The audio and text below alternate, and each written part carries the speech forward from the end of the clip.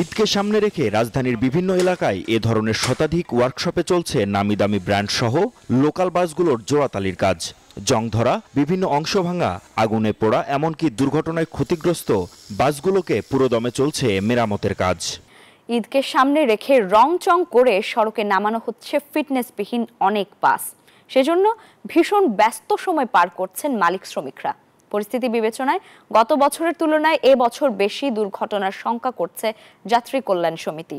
আর সড়ক পরিবহন বিশেষজ্ঞরা বলছেন, পরিবহন খাতে জবাবদিহিতার অভাবেই দিন দিন রাজপথে বাড়ছে এমন দুর্ঘটনা। বিস্তারিত থাকছে মাহমুদ হাসানের প্রতিবেদনে। ক্যামেরায় ছিলেন হায়দার আলী।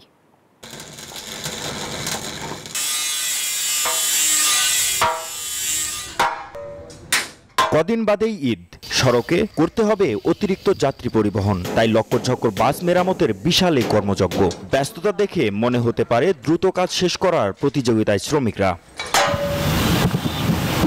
এই ঈদে জামা জুতো অ্যাকসেসরিজের ডিসকাউন্ট।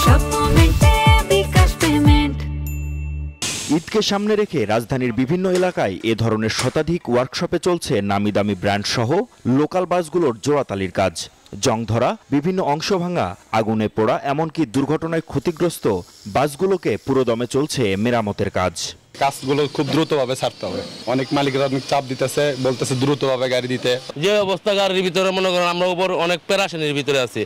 সব আগুনে পোড়া হোক বা অ্যাক্সিডেন্ট করা হোক, যে ধরনের রিপেয়ার করে আবার নতুন করে দেয়। যাত্রী কল্যাণ সমিতির তথ্য বলছে, গেল বছর ঈদ উল ফিতরে ৩৯৯টি সড়ক দুর্ঘটনায় ৪০৭ জন নিহত এবং ১৩৯৮ জন আহত হন। আর গেল ৯ বছরে শুধুমাত্র ঈদ উল ফিতরে সড়কে ২৩৭৭টি দুর্ঘটনায় ২৭১৪ জন নিহত হন। আর আহতের সংখ্যা দাঁড়ায় ৭৪২০ জনে।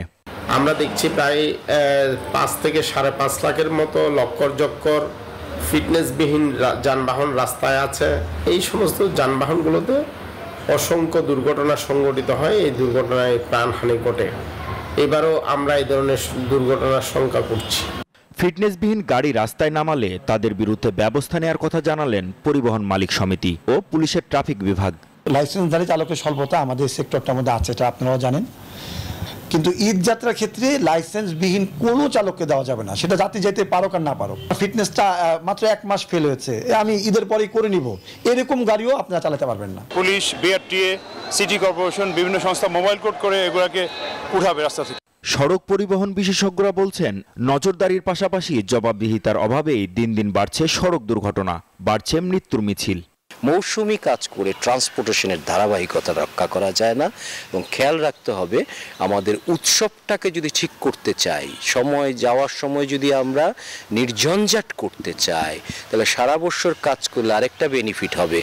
ঈদের সময় বেনিফিট পাওয়ার পাশাপাশি আসল বেনিফিটটা হবে অর্থনৈতিক বেনিফিট। সংশ্লিষ্ট সবার পাশাপাশি যাত্রী সাধারণকেও সচেতন হওয়ার আহ্বান এ দুর্ঘটনা বিশেষজ্ঞের।